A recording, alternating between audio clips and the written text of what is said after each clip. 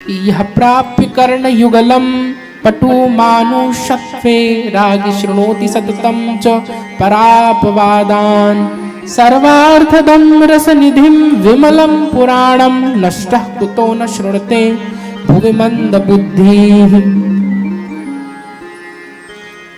इस दुर्लभ मनुष्य देह में दोनों कानों को प्राप्त करके भी जो सांसारिक मनुष्य केवल दूसरों के दुर्गुणों को ही सुना करता है, वह अधम मंद बुद्धि चारों उत्तम पदार्थों को देने वाले तथा सब रसों से परिपूर्ण इस निर्मल पुराण भूतल पर क्यों नहीं सुनता। वो मंद बुद्धि है जो इस कानों से दूसरों की निंदा सुनता है, क्योंकि निषेध कह दिया गया है कि कभी किसी की निंदा न सुनना, क्योंकि निंदा सुन लिया फिर जिसकी निंदा हम सुने हैं कह उसकी निंदा सुनने से जो निंदा सुनने का पाप तो अलग, जिसकी सुनी उसके पापों का जो फल है वो हमें मिलेगा सुनने वाले को। कहे एक ऐसी बात कर दी, कहे सुनने से पाप मिल जाएगा, अवश्य मिलेगा। सुनने से पुण्य मिलता है कि नहीं? सुनने से पुण्य मिलता है ना। भगवान राम का चरित्र सुनो, पुण्य मिलता है कि नहीं? कृष्ण की कथा सुनो, पुण्य मिलता है कि नहीं? तो ऐसे ही यदि किसी के पापों को सुनो तो उसके पाप का फल भी मिलता है। आप समझ में आ रहा है? भगवान का नाम लेने से, भगवान की कथा कहने से पुण्य मिलता है कि नहीं? भगवान की प्रशंसा करने से किसी को पुण्य मिलता है कि नहीं? और उसी वाणी से किसी की निंदा कर रहे हैं तो जिसकी निंदा कर रहे हैं उसका भी पाप उसको मिलेगा कि नहीं? तो दोनों होगा। तो इसलिए आप भले किस पूजा करो न करो, कथा सुने न सुने, अपने वाणी से कीर्तन करे न करे, पर निंदा कभी किसी की न सुने और न किसी से कहें। आप इतना ही कर लेंगे तो आपकी सारी पूजा सफल हो गई। और खूब पूजा पाठ कर लिया हमने, 24 घंटे में 23 घंटे पूजा पाठ कर लिए और 1 घंटा किसी की निंदा और चुगली सुन ली तो वो 23 घंटा चौपट।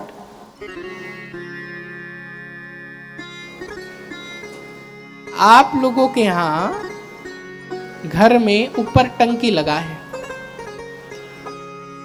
और उसमें पानी भरने के लिए एक छेद है और एक निकलने के लिए छेद है। तो ये बताइए, पानी निकलने के लिए इतना बड़ा छेद हो जाए और पानी भरने के लिए छोटा सा छेद रहे, तो ये बताइए क्या उस टंकी में पानी कभी भर पाएगा? कभी नहीं। उसी प्रकार भगवान, ये जो अंतःकरण चतुष्टय बुद्धि है ना, ये यही टंकी है पुण्य कर्म की, हमारी आत्मा की थैली। हम कितना पुण्य इसमें भर रहे हैं। विधि और निषेध का पालन, भगवान कहते हैं हम जितना ध्यान विधि में दे रहे हैं उससे कहीं ज्यादा ध्यान निषेध में देना होता है, और हम निषेध का ध्यान नहीं देते, बिना निषेध के ध्यान दिए विधि को करते हैं। भगवान कहते हैं आप विधि करें ना करें, निषेध अवश्य करें। निषेध का पालन हम सबको करना चाहिए। अर्थात भगवान कहते हैं कथा सुननी चाहिए, ये विधि है, कान दिया है। कीर्तन करना चाहिए, लेकिन निंदा नहीं सुननी चाहिए, ये निषेध है। तो विधि है, आप करें ना करें, आपकी मर्जी, आप सुने ना सुने कथा, लेकिन निंदा सुननी ही नहीं है, ये निषेध कर दिया।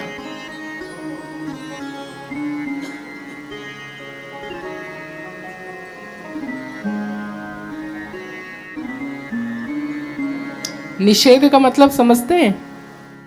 विधि, अब व्रत है, आगे 2 दिन में एकादशी आने वाली है कुछ दिनों में, तो यहाँ सब बैठे हैं जितने, कोई तो एकादशी सब रहते नहीं होंगे। अब मालूम सबको है कि एकादशी रहने से पुण्य मिलता है, सबको पता है ना, लेकिन सब रहते हैं क्या? नहीं। आपकी मर्जी, आपको रहना है तो रहें, नहीं रहना है तो न रहें, ये विधि है। और निषेध क्या है कि एकादशी के दिन किसी को अन्न चावल खाना ही नहीं है, ये निषेध है। आप व्रत रखें चाहे ना रखें, उस दिन कुछ और खा लें, लेकिन चावल नहीं पाएंगे, भात नहीं पाएंगे। ये सबके लिए भात, वो कहते हैं कि कीड़े लगते हैं, पाप लगता है, इसलिए उस दिन भात किसी को नहीं पाना चाहिए।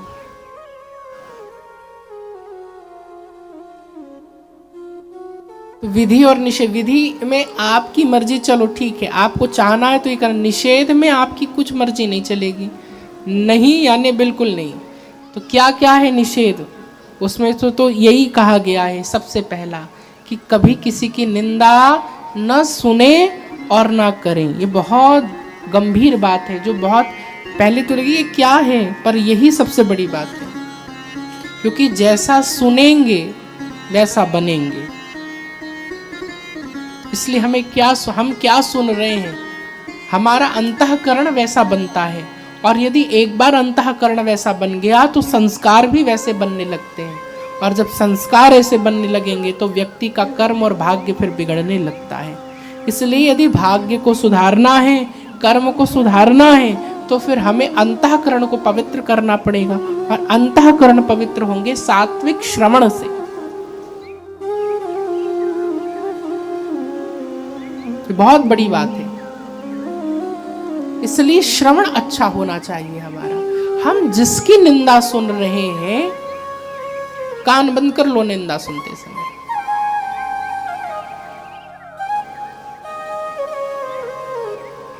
एक बार की कथा हम सुनाते हैं।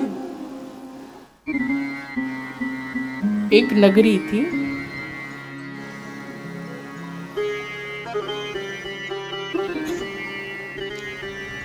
अब उस नगरी में एक राजा, उसको पुण्य कमाने का बड़ा शौक। सभी नगरी में नगर के ब्राह्मणों को आमंत्रित किया गया कि आप हमारे यहाँ आए। खीर बन रहा था, रसोईया खीर पका रहा था और ब्राह्मणों को खीर आशीर्वाद मिलता, यशस्वी भव तेजस्वी भव।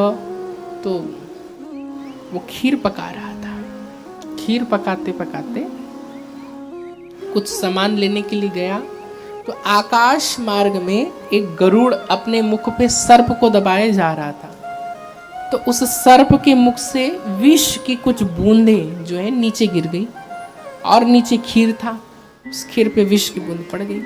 अब उस खीर को सभी ब्राह्मणों को परोसा गया।